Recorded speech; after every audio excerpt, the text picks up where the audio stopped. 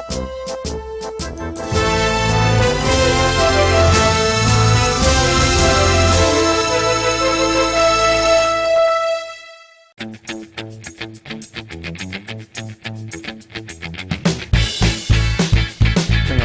ွန်တော်ကဆရာစီတစ်ခါပါကျွန်တော်တို့ဒီတစ်ခါကတော့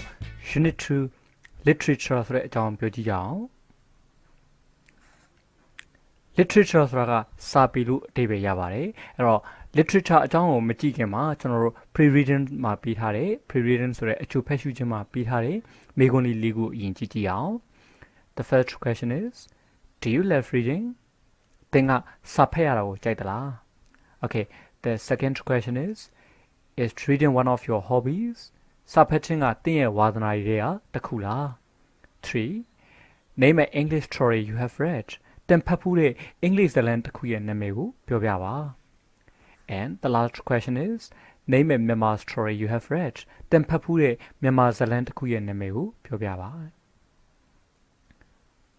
ဒီမေကုန်းလေးကိုဖြည့်လိုက်တဲ့အခါမှာကျွန်တော်တို့ literature အကြောင်းကိုပြောတဲ့အခါမှာပို့ပြီးတော့နားလည်သွားမယ်ပို့ပြီးတော့ဖြန့်ကျက်ပြီးတော့လေတွေ့နိုင်မှာဖြစ်တယ်အဲ့တော့စာကြည့်ကြည့်အောင် let's read the passage The English word literature comes from the Latin word literatura which means writing The English word literature စာပေဆိုတဲ့ English စကားလုံးကတဲ့ comes from the Latin word literatura which means writingစာရေးသားခြင်းလို့အဓိပ္ပာယ်ရတယ်ဒီ Latin စကားလုံး literatura ကနေပြီးတော့လာပါတယ်ကျွန်တော်တို့မြန်မာစကားမှာပါဠိဘာသာကနေလာတဲ့စကားလုံးတွေအများကြီးရှိသလိုပဲအင်္ဂလိပ်စကားမှာလည်းပဲ Latin စကားလုံးကလာတဲ့ဥစ္စာရှိတယ်အဲ့တော့ဒီမှာကတော့စာရေးသားခြင်းလို့အဓိပ္ပာယ်ရတဲ့ Latin စကားလုံးက literatura သူကနေပြီးတော့ရောက်လာတဲ့အင်္ဂလိပ်စကားလုံးကတော့ literature စာပေဆိုတဲ့ဥစ္စာဖြစ်တာပေါ့နော် Thus we may assume that there was no literature until people could write. That's true. ဒါကြောင့်မလို့ we may assume ဆိုကျွန်တော်တို့ယူဆနိုင်ပါတယ်ဘယ်လိုယူဆနိုင်လဲဆိုရင် that there was no literature စာပေမရှိဘူးလို့ယူဆနိုင်တယ် until people could write လူတွေစာမရေးတတ်မချင်းစာပေမရှိဘူးလို့ကျွန်တော်တို့ယူဆနိုင်ပါတယ် until ဆိုတာကတိုင်အောင်မချင်းလို့အဓိပ္ပာယ်ရတယ်သူထက် more informal ဖြစ်တဲ့စကားလုံးတစ်လုံးကတော့ till ပါအဓိပ္ပာယ်ကတော့အတူတူပဲပေါ့အဲ့တော့ဆိုလိုတာကစာပေလို့အဓိပ္ပာယ်ရတဲ့ဥစ္စာကစာရေးသားခြင်းဆိုတဲ့စကားလုံးကလာတာလေဒါဆိုရင်စာမရေးတတ်ဘူးဆိုရင်စာပေမရှိဘူးပေါ့အဲ့တော့စာမရေးတတ်မချင်းစာပေမရှိဘူးလို့ကျွန်တော်တို့ယူဆနိုင်ပါတယ် However we cannot say that every and any piece of writing is literature However ဆိုတာဒါပေမဲ့ we cannot say ဆိုကျွန်တော်တို့မပြောနိုင်ပါဘူးဘာလို့မပြောနိုင်လဲဆိုရင် that every and any piece of writing is literature စာအရေးအသားတိုင်းကိုနော်စာပေလို့ကျွန်တော်တို့မပြောနိုင်ပါဘူးဥပမာလေးကြည့်အောင် for instance no one would call a recipe for coconut rice literature for instance means for example ဥပမာအားဖြင့် no one would call ဘယ်သူမှခေါ်မှာမဟုတ်ပါဘူးဘာလို့လဲA recipe for coconut rice literature အုံထမင်းချက်နီးကိုနော်ဘယ်သူမှစာပေလို့ခေါ်မှာမဟုတ်ပါဘူး recipe ဆိုတာကမြန်မာလိုချက်နီးပြုတ်နီးလို့အဓိပ္ပာယ်ရပါတယ်အင်္ဂလိပ်လိုဆိုရင်တော့ a set of instructions that tells you how to cook something and the ingredients you need for it တခုခုကိုဘယ်လိုချက်ရမလဲဆိုတဲ့လမ်းညွှန်ချက်တွေအစုပြီးတော့အဲ့ဒါအတွက်လိုအပ်တဲ့နော်ပါဝင်တဲ့ပစ္စည်းတွေဒါလေးတွေကိုပြောထားတဲ့ဥစ္စာမျိုးကို recipe လို့ခေါ်ပါတယ်Neither could one call the directions on a bottle of medicine literature. The directions on a bottle of medicine ဆိုတာကဆေးပလင်းပေါ်ကအညွှန်းပါအဲ့တော့ neither could one call ဘယ်သူမှမခေါ်နိုင်ဘာလို့လဲဆိုတော့ literature ဆိုတာစာပေလို့အဲ့အကုန်ပေါင်းပြောလိုက်မယ်ဆိုရင်ဆေးပလင်းပေါ်ကနော်အညွှန်းကိုဘယ်သူမှစာပေလို့မခေါ်နိုင်ပါဘူး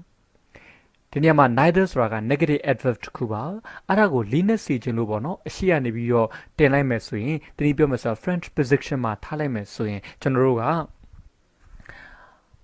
auxiliary verb နဲ့ subject ကို invert လုပ်ပြရပါတယ်ရှင်းနောက်ကလေးပြောင်းပေးရတယ် inversion ပုံစံပြောင်းပေးရတာပေါ့နော်အဲ့တော့ဒီမှာလည်းပဲပို့ပြီးပြည့်စုံအောင်ကြည့်မယ်ဆိုရင်တော့ informal times when we use an adverb with negative meaning အငင်းအိဗယ်ရှိတဲ့ adverb တစ်ခုကိုသုံးတဲ့အခါမှာပေါ့နော် formal triangle တွေမှာသုံးတဲ့အခါမှာအခန့်သုံးပုံစံနဲ့စာရေးတဲ့ပုံစံတွေမှာသုံးတဲ့အခါမျိုးမှာဒီ adverb with negative meaning ဆိုတာက for example never seldom rarely scarcely hardly ဒီစကားလုံးတွေပေါ့ဘယ်လိုပုံစံနဲ့သုံးပါတယ်ဆိုရင် in French position for emphasis အလေးနဲ့ထားဖို့အတွက်နော် French position နဲ့အခုလိုမျိုးရှိမှထားမယ်ဆိုရင် we invert the subject as an auxiliary AUH or modal verb ကျွန်တော်တို့က subject နဲ့အကူကရိယာပေါ့နော်တနည်းပြောမယ်ဆို modal verb တော့အဲ့နှစ်ခုကိုပြောင်းပြရပါတယ်ရှင်းတော့ပြောင်းပြရပါတယ် example sentence နှစ်ကြောင်းကြည့်အောင် never have we witnessed such cruel behavior by one child to another ဒီကလေးတယောက်ကနေတခြားတယောက်ကိုဒီလိုမျိုးရက်စက်တဲ့အပြုအမူနဲ့လုပ်နေအောင်တို့တစ်ခါမှမမြင်ဘူး negative adverb ရှိတင်ထားတယ် auxiliary verb နဲ့ subject ကို invert လုပ်ထားတယ်ဒီပုံစံမျိုးပေါ့နော်ဒီလိုလုပ်တဲ့အခါမှာလေးနဲ့သွားပါတယ်ရိုးဝကြအတိုင်းပြောမယ်ဆိုရင်တော့ we have never witnessed ဖြစ်သွားမှာပေါ့ okay နောက်ထပ်တစ်ကြောင်းက seldom does one hear a politician say sorry နိုင်ငံရေးသမားတယောက်ကဝန်နေပါတယ်လို့ပြောတဲ့ဥစ္စာကိုကျွန်တော်တို့ကြားရခဲ့ပါတယ်ဒီနေရာမှာလည်းအတန်းပါပဲ seldom ကိုလေးနဲ့စီခြင်းတဲ့အတွက်ကြောင့်မလို့ရှင်းတင်ထားမယ်ပြီးတော့ auxiliary verb နဲ့နောက် subject နဲ့ဒါကို invert လုပ်ထားပါတယ်ပုံမှန်ဝတ်ကြဆိုရင်တော့ one seldom hears ဒီလိုဖြစ်သွားမှာပေါ့ To put it simply for a piece of writing to be recognized as literature it must have a lasting effect on the reader in such a way that the reader would want to read on and again too To put it simply ဆိုတာရိုးရှင်းပြောရမယ်ဆိုရင် for a piece of writing to be recognized as literature a piece of writing ဆိုတာစာရေးသားတစ်ခုပေါ့အဲ့တော့စာရေးသားတစ်ခုကိုစာပေလို့အတိအမှတ်ပြုဖို့အတွက်တဲ့ it must have a lasting effect on the reader အဲ့ဒါကစာဖတ်သူအပေါ်မှာကြာရှည်ခံနိုင်တဲ့အကျိုးသက်ရောက်မှုရှိရဘယ်နည်းနဲ့ရှိရမလဲ in such a way ဆိုတာနည်းလမ်းနဲ့ပေါ့that the reader would want to read on and again too စာဖတ်သူကစတိုက်ဖတ်ခြင်းပြီးတော့ထပ်ခါဖတ်ခြင်းစေတဲ့နီလန်မျိုးနဲ့เนาะစာဖတ်သူပေါ်မှာကြာရှည်ခံနိုင်တဲ့အကျိုးသက်ရောက်မှုရှိရပါမယ်အဲ့တော့စာရေးထားတယ်ဒါပေမဲ့စာပေဖြစ်ခြင်းမှာဖြစ်မယ်အဲ့တော့စာပေလို့အတိအမှတ်ပြုခံခြင်းလားစာဖတ်သူကအဲ့ဒါကိုစတိုက်လေးဖတ်ခြင်းရမယ်မရက်လိုက်ဖက်နဲ့ဖတ်ချင်ရမယ်ပြီးတော့ထက်ခါဖတ်ချင်စေတဲ့ပုံစံမျိုးလေးရှိရမယ်အဲ့လိုမျိုးချာရှိခံနိုင်တဲ့အကျိုးသက်ရောက်မှုရှိမယ်ဆိုရင်တော့ဒါစာပေလို့သူကိုပြောနိုင်မှာပေါ့နော်ဒါကိုသူကနေပြီးတော့ရှင်းပြထားတာပါအဲ့တော့ဒီမှာပြီးထားတဲ့ to put it simply ဆိုတာကနောက်တစ်မျိုးပြောမယ်ဆိုရင် simply put ပါဒါက used for saying that you are explaining something in a clear and simple wayတစုံတစ်ခုကိုရှင်းလင်းပြီးတော့ရိုးရှင်းတဲ့နီလန်းနဲ့ရှင်းပြနေရဲဆိုတာကိုပြောဖို့အတွက်သုံးတဲ့စကားပါ put it simply ပေါ့မြန်မာလိုဆိုတော့ရိုးရှင်းပြောရရင်နောက်ထပ်တစ်ခုပြီးထားတဲ့ဒီနေရာမှာ on ဆိုတာ idiom တစ်ခုပါမယမနာအဆက်မပြတ်ဇာတ်ထိုက်ဒီလိုအဓိပ္ပာယ်ရပါတယ်စကြည့်အောင် A writer of a piece of literature may be compared to a painter A writer of a piece of literature ဆိုရင်ဒီစာပေတစ်ခုကိုရေးတဲ့သူကိုတဲ့ maybe compare to နှိုင်းယှဉ်နိုင်ပါတယ်ဘယ်သူနဲ့လဲ to a painter ပကြီးဆရာတယောက်နဲ့နှိုင်းယှဉ်နိုင်ပါတယ်ဟုတ်ပြီဘာဖြစ်လို့နှိုင်းယှဉ်နိုင်ရမှာလဲပကြီးဆရာတယောက်အကြောင်းအရင်ကြည့်တာပေါ့ A painter chooses and uses colors carefully to get a beautiful painting A painter ဆိုပကြီးဆရာတယောက်က chooses and uses colors carefully အရောင်တွေကို cue တစ်ဆိုင်ရွေးချယ်ပြီးတော့အသုံးပြုပါတယ်to get a beautiful painting လှပတဲ့ပကြီးကားတစ်ချက်ကိုရဖို့အတွက်အရောင်တွေကို cue တစ်ဆိုင်ရွေးချယ်ပြီးတော့အသုံးပြုပါတယ်ရွေးချယ်ပြီးတော့သုံးဆွဲပါတယ်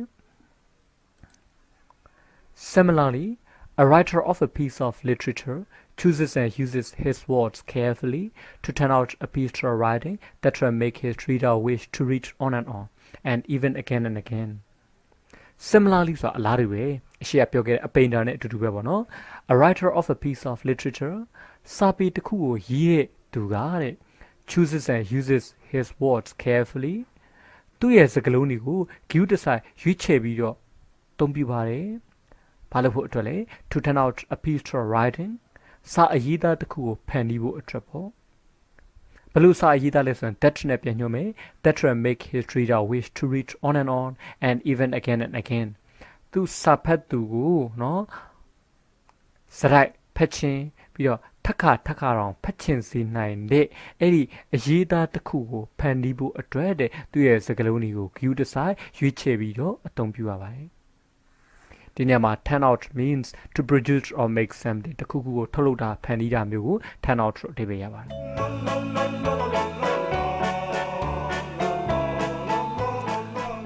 Another important point to notice that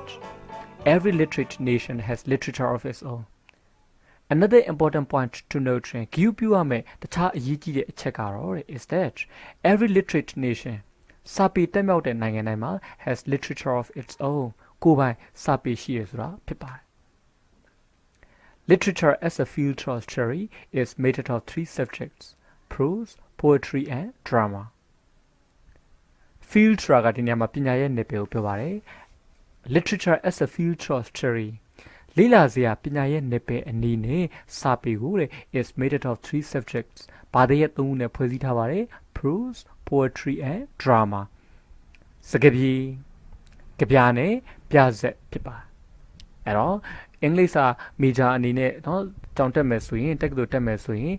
the Tongu Mapimate, prose, poetry, and drama. Balu de Yarale, Tariga, Sabi Ulila Meswing, the Padet Onguna Positava, so Matari Temapimavo, at all.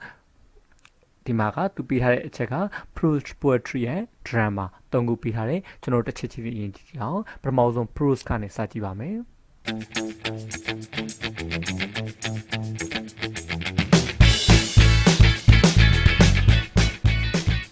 Prose. This is a kind of free, straightforward writing.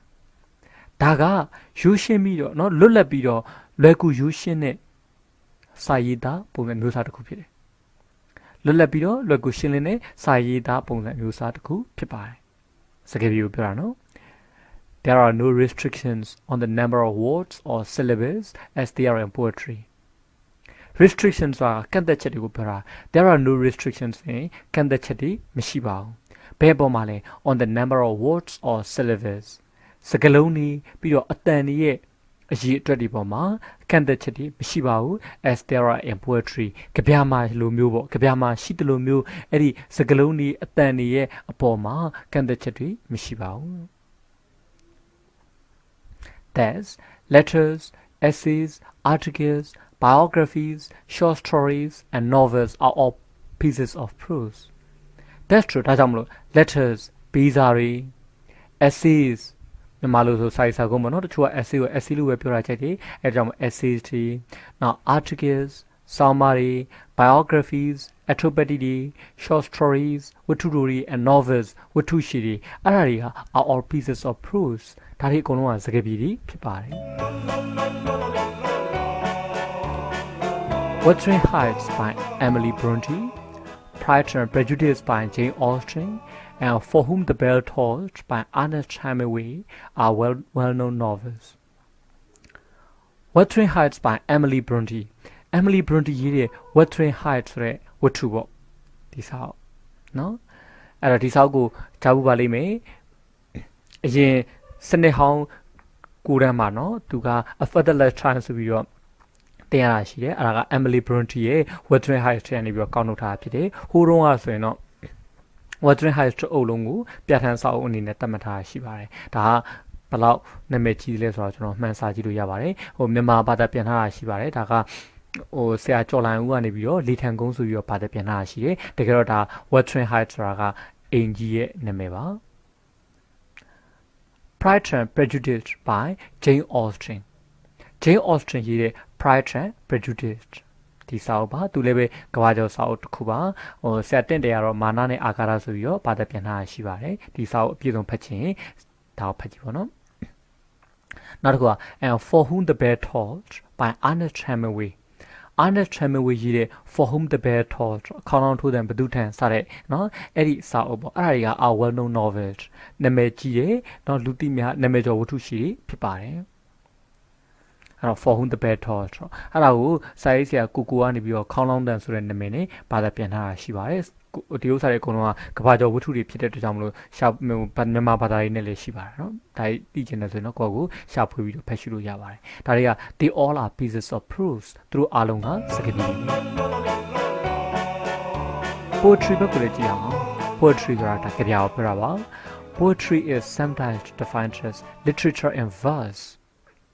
poetry ဆိုတာကြပြကိုပေါ့နော် is sometimes defined တခါတလေမှာအဓိပ္ပာယ်ဖွင့်ကြပါတယ် as literature in verse ဆိုရင်ဒီကြပြပုံစံနဲ့စာပေလို့တခါတလေမှာအဓိပ္ပာယ်ဖွင့်ကြပါတယ် For instance, a sonnet is a poem that has 40 lines and a particular pattern of rhyme. For instance, ဥပမာအားဖြင့် a sonnet is a poem.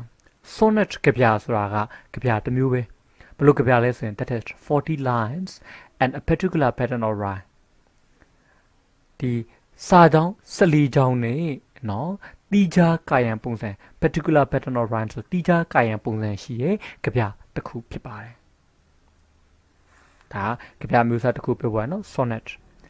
A limerick on the other hand is a humorous poem with 5 lines and its own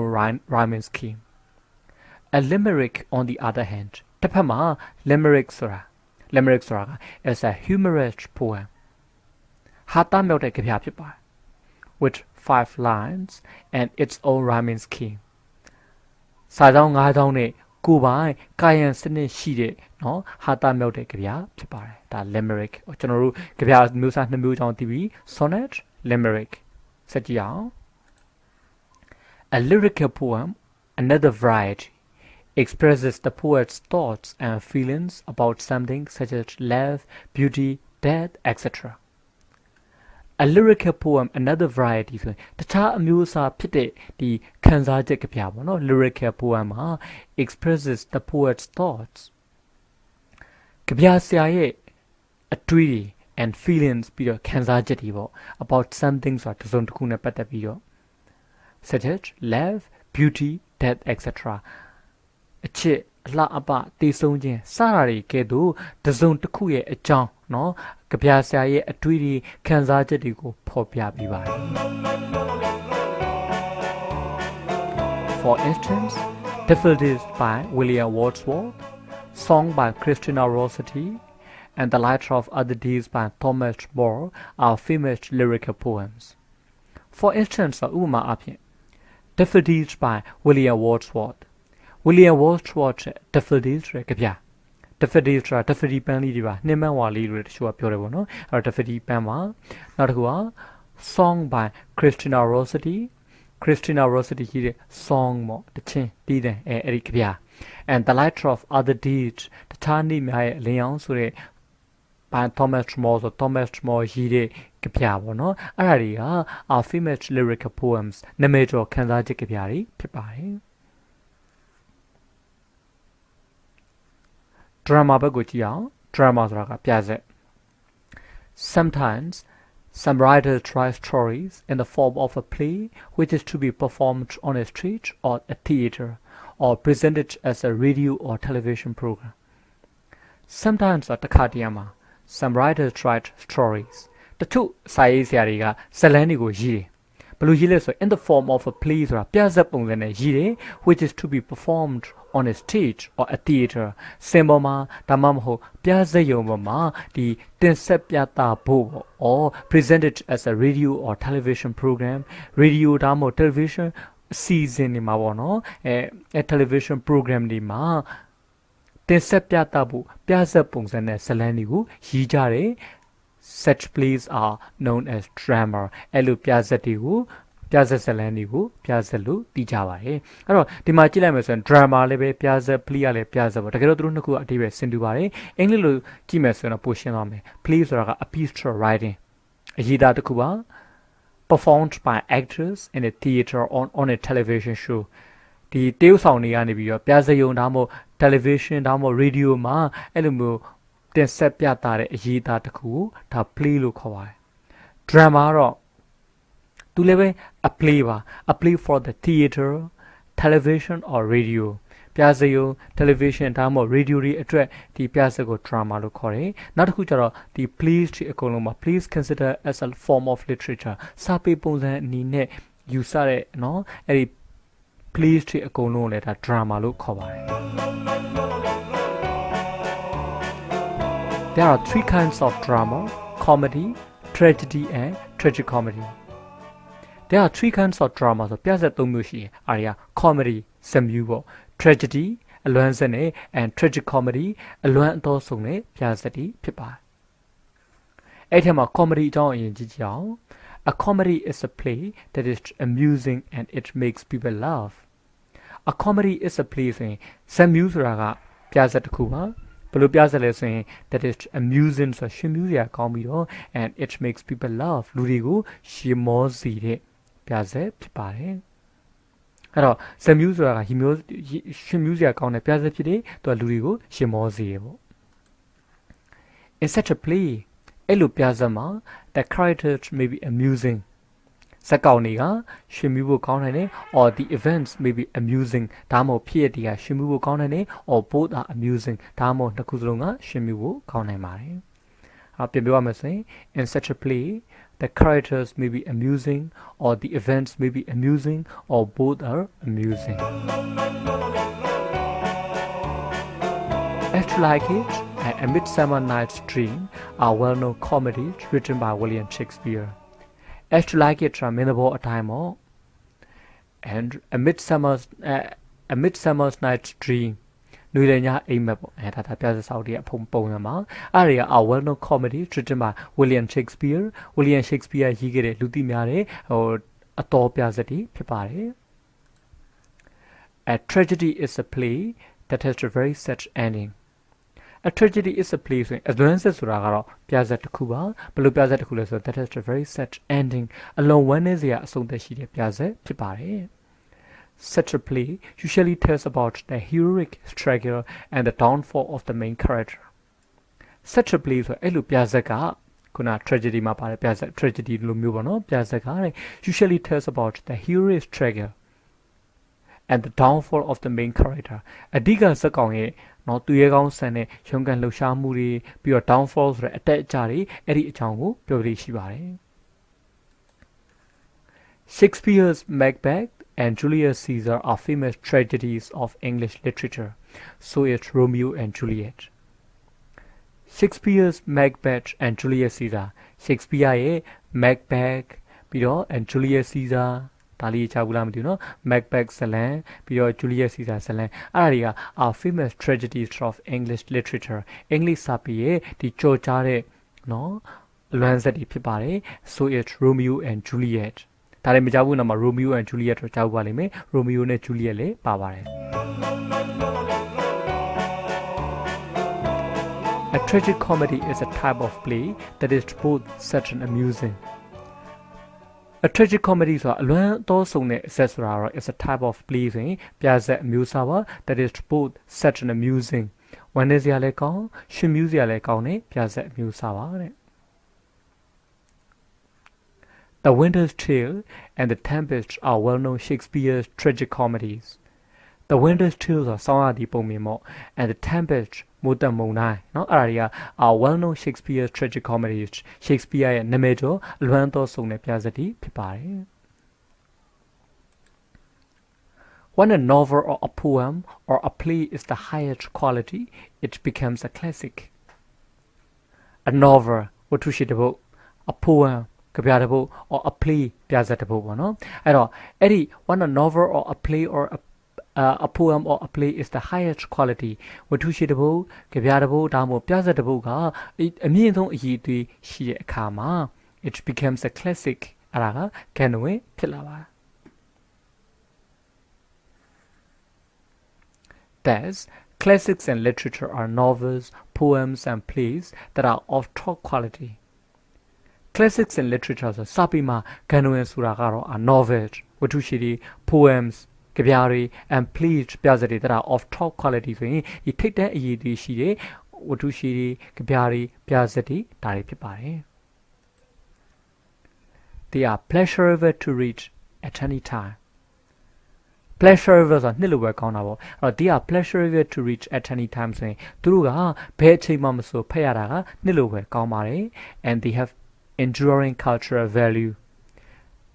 ပြီးတော့သူတို့မှာเนาะဒီလိုကြာရှည်ခိုင်မြဲတဲ့ယဉ်ကျေးမှုတန်ဖိုးတွေရှိပါတယ် As a literate nation,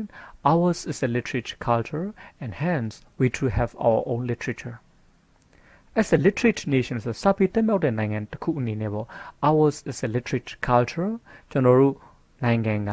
เนาะစာပေတက်မြောက်တဲ့ယဉ်ကျေးမှုဖြစ်ပါတယ် and hence ဒါကြောင့်မလို့ we too have our own literature ကျွန်တော်တို့မှာလည်းကိုယ်ပိုင်စာပေရှိပါတယ် surely she must have come across such Myanmar terms as yadu yakan pyu ejin ainjin lizit Htet Bole, etc., all of which are the various kinds of poem of Myanmar literature. Surely that no? She must have come across she must have come across such Myanmar terms. The Myanmar woharariu, then Nale mesra tijare, parikadule as Yadu Jabudano, Yakan, Pyu, Ejin, Ainjin, Lazy, Htet Bole, စသဖြင့်ပေါ့နော်အဲ့တော့ဒီမှာဒီစကားလုံးတွေကြောက်မှာပေါ့ဥမာမဲစာတောင်ကြီးဆိုတော့ကျွန်တော်ကြောက်ဘူးနေတဲ့ဥစ္စာဒါရတုပါဟောနော်နောက်တစ်ခုကဖုန်းနဲ့ခံတဲ့ရှုသစဉ်ကောက်နှုတ်ထားတဲ့ရာမရခံဆိုတာရခံမျိုးနော်ဟိုနောက်တစ်ခုကရှင်မာရထတာတို့ရှင်မာတီလဝန်တာတို့ဆိုရင်ပြုတ်တို့ဘာလို့ရေးနောက်ပြီးတော့ဟိုအေဂျင်တွေအိုင်ဂျင်တွေချစ်တဲ့တင်ငယ်လေးတင်ငယ်ချင်းကောင်းရောင်းမတို့လေးစတဲ့စချီတဲ့ဥစ္စာမျိုးတွေအိုင်ဂျင်တွေစသဖြင့်ဒါမျိုးတွေအကုန်လုံးကနော် all of which are the various kinds of poem of Myanmar literature ဒါတွေအားလုံးကမြန်မာစာပေရဲ့ကြပြအမျိုးအစားအမျိုးမျိုးဖြစ်ပါတယ် and of course we have our prose and drama too ပြီးတော့ဟုတ်ပါတယ်ကျွန်တော်တို့မှာကျွန်တော်တို့ရဲ့เนาะဒီစကားပြေနဲ့ drama ပြဆက်လေးပဲရှိပါတယ် You might even happen to know or have heard of some prominent figures in Myanmar literature of the past given in the box below. You might even happen to know ဆိုတဲ့ကတီးဘူးပါလိမ့်မယ် or have heard ကြားဘူးပါလိမ့်မယ်ဘာလို့လဲဆိုရင် of some prominent figures in Myanmar literature မြန်မာစာပေရဲ့နော်ထင်ရှားတဲ့ပုဂ္ဂိုလ်တချို့ကိုဘယ်တော့ပုဂ္ဂိုလ်လဲဆိုရင် of the past အတိတ်ကာလကမြန်မာစာပေရဲ့ထင်ရှားတဲ့ပုဂ္ဂိုလ်တချို့ကိုသင်ကကြားဘူးပါလိမ့်မယ်given in the box below ဆိုရင်ဒီအောက်ကနော်အောက်ပါလေးတောင်ကွက်ကလေးထဲမှာပြီးထားတယ်အဲ့ဒီအတိတ်ကာလမြန်မာစာပေရဲ့နော်ထင်ရှားတဲ့ပုဂ္ဂိုလ်တချို့ကိုသင်ကကြားဘူးသိဘူးပါလိမ့်မယ်အဲ့ဒါဘယ်သူတွေပါလဲအနန္တတူရိယကြားဘူးပါလိမ့်မယ်မျက်ဖြေလင်္ကာလို့ထင်ရှားတဲ့တူရိတယောက်ကောင်းမှုရောက်မှုသူတယောက်မှာပြက်လင်္ကတာဓမ္မတာရီစတဲ့စချီရဲ့ကြပြကိုရည်တယ်အနန္တတူရိယအမတ်ရှင်မဟာတိလဝန္တကြားဘူးတယ်နော်တောင်းကိုမဖောက်တောင်းကိုဖောက်ပြီးစင်ကြောက်အတင်တီလဝန်ဆိုပြီးတော့နာမည်ကြီးတဲ့ဒါရှင်မဟာတီလဝန်တကျွန်တော်တို့ငငယ်တော့တင်ရတယ်ဆိုတော့ပညာတို့ဘာလို့တင်ရတယ်နော်နောက်ရှင်မရထတာရတယောက်စကားတယောက်နားမှာမခါရအောင်တတိဆောင်ရေမောင်တို့ဆိုလီပြတကားတို့ချူလာစီဒီကြပြဒါရှင်မရထတာရရေးတဲ့ကြပြပါနောက် national သူကရတုဘီရင်လို့တော့တင်စားပါတယ်ဟိုပေါ်နေလားလင်ကြပြတို့ဘာလို့ဆိုတာက national ရဲ့လက်ရပါတောင်ပီလာဆရာတော်ကြောက်ပါလိမ့်မယ်လက်ဝဲတုံဒရရှေ့မှာပြောခဲ့တယ်မဲစာတောင်ကြီးလို့ရတုမျိုးရေးခဲ့လက်ဝဲတုံဒရာကြီးကန်ရှင်ကြီးဆုံးမစားရရေးပါတယ်ဥဩဘာသာစကြီးဆဲဘိုရေးတဲ့အခါမှာနာမည်ကြီးရဲ့ဥချင်းဥသူကြပြတဲ့အများကြီးနော်တပေါင်းငယ်မှာညာကျင်ဆိုပြီးတော့နော်စကြည့်တဲ့ကြပြရေးတဲ့ဥစ္စာဒါဥချင်းဥနော်လှိုင်းထိတ်ခေါင်းတင်ဘောလေးမျိုးစားကိုရေးတဲ့ဥစ္စာမျိုးပါလှိုင်းထိတ်ခေါင်းတင်စလေးဥပုံညာရေးတဲ့ပြဆက်တစ်ခုတော့တင်ရတဲ့ဥစ္စာစလေးဥပုံညာလေဒီဆရာတော်နော်အဲဒါဒီဆရာတော်ဒီပညာရှင်တွေအကုန်လုံးကကျွန်တော်မြန်မာစာပေရဲ့ထင်ရှားတဲ့ပုံကူကြီးပါပဲဒီလူတွေအကုန်လုံးကိုကြားဘူးသိဘူးပါလိမ့်မယ်ဟုတ်ပြီနော်ဒါလို့ဆိုရင်ကျွန်တော်တို့မြန်မာကိုယ်ပိုင်စာပေကိုယ်ပိုင်ရည်ကြီးမှုနဲ့ရှိတဲ့လူမျိုးဆိုတာလည်းဂုဏ်ယူနိုင်ပါတယ်နောက်ပြီးတော့ကျွန်တော်တို့မြန်မာစာပေတခြားကမ္ဘာစာပေအကြောင်းကိုသိသွားလိမ့်မယ်လို့မျှော်လင့်ပါတယ်